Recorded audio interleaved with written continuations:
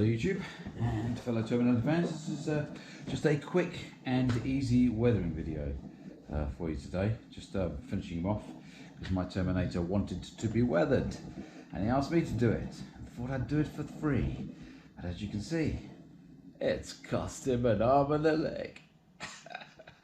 Oh no, you didn't. Yeah, I did. Yeah, I went there.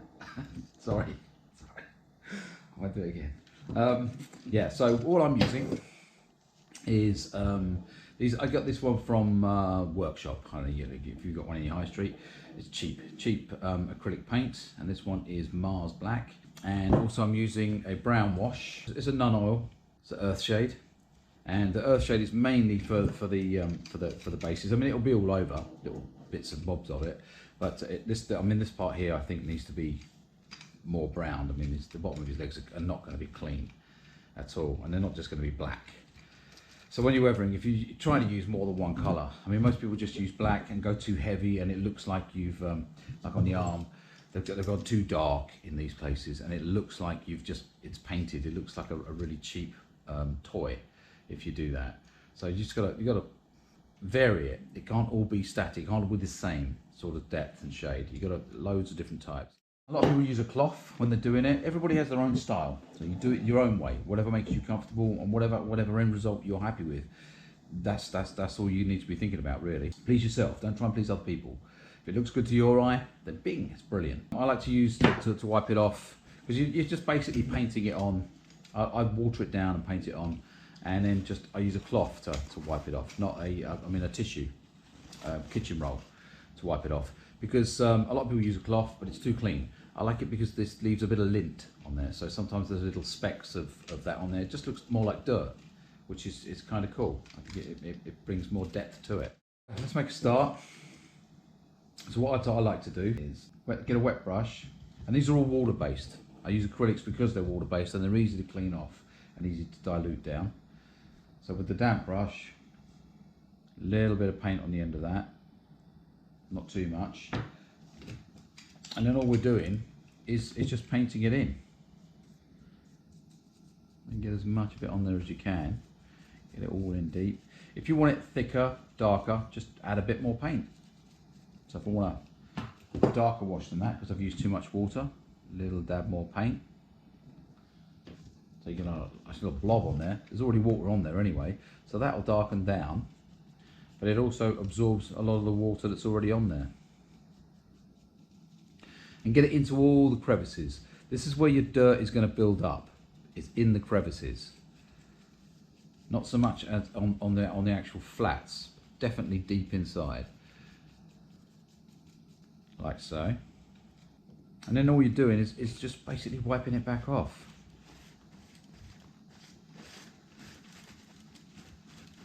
Do wear the gloves. It gets really messy. And protect your table too. This is a lesson I've recently learned, because my wife was not happy with me getting black paint on the table. She was not pleased. She has no sense of humour about me messing up the furniture. None at all. Although she normally has an amazing sense of humour. Not for that, funnily enough. I found that she was quite, yeah.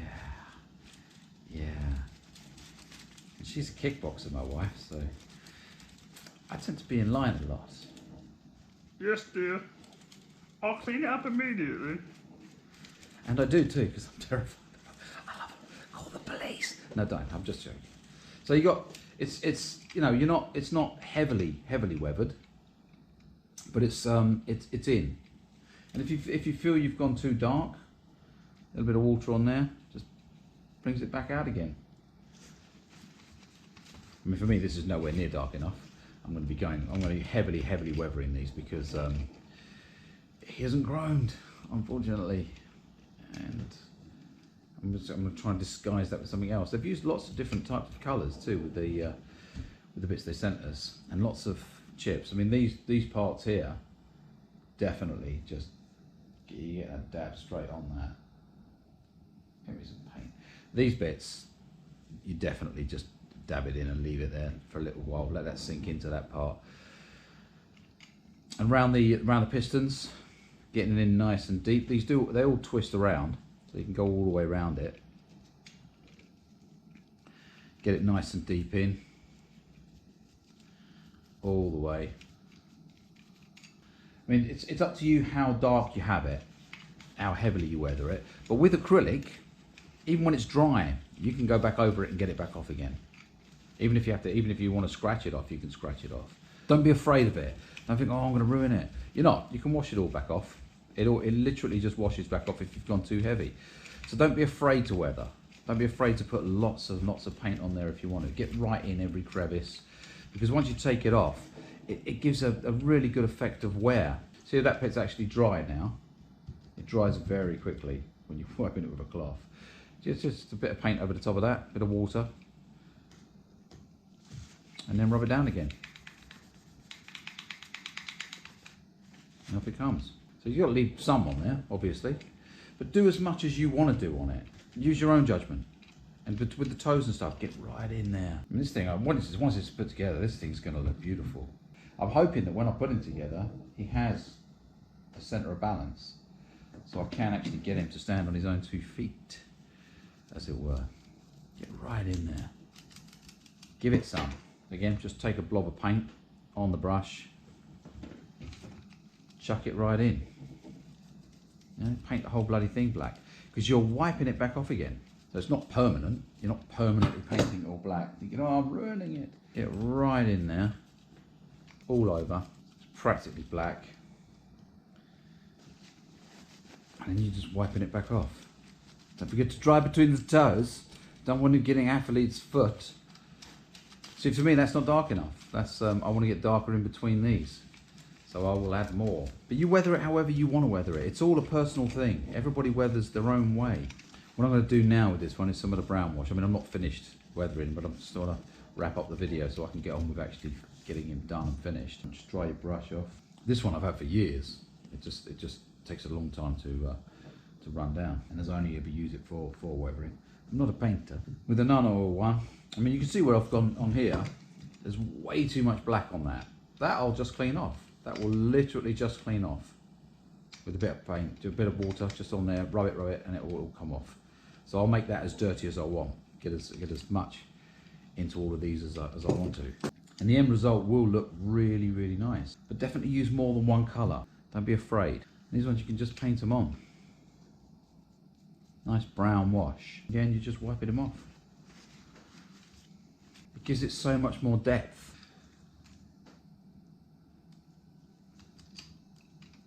That's basically it, guys. It's not it's not really hard to do, but you just got to do the whole thing. And with the hands, get right into the fingers. Don't be afraid of it.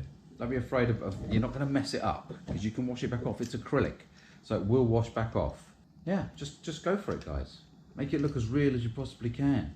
Oh, with this one here, I did the I made the thumb posable as well. I cut that little nodge off because the screw's right there. I mean, I've moved it over a bit, but yeah, I wanted the thumb posable too. So I decided to cut that nodule off, and it works really, really well when you're holding the guns. And on my other one, because I'm building 2, I've made this finger smaller. So I've taken this big joint out and put another small joint in, because it's a small finger, look. It shouldn't be the same size as the other one. It's kind of freakish. But this one obviously I'm getting rid of, and I couldn't afford the extra, 4 more issues for it. It seemed a bit extravagant. So this is what I was talking about. On my one, I had the spare bits from the chromed issue from the test run. So you can see that part there is actually chromed part. So I've bunged that in there. But the finger is smaller on this one. It looks more real than that one does. Because with a human hand, your finger is smaller. They go up in size. So I think I think it looks better like that with the smaller one in, rather than the big one. Personal preference. So with the weathering, guys, yeah, just do it. Don't be afraid of it. Do what you want to do with it. Make it as dirty as you want, clean as you want. If you want it, spanking clean, don't dirty it down at all. But don't just paint inside of these. Excuse me. Don't just paint inside of these deep black and leave it like that, because you'll make it look like a toy. It'll make it look like it was like it's a Mattel figure or something like that. They've given us all the parts to make it look as real as we possibly can, which most of us have done. It does look really good, and it's a nice weighty figure too. and I'm glad we're coming to the end. I really am.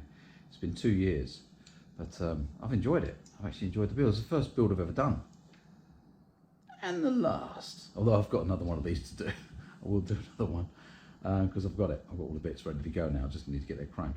But yeah, I don't think I'll do another one of these. It's can be quite frustrating, can't it? Just waiting for the parts.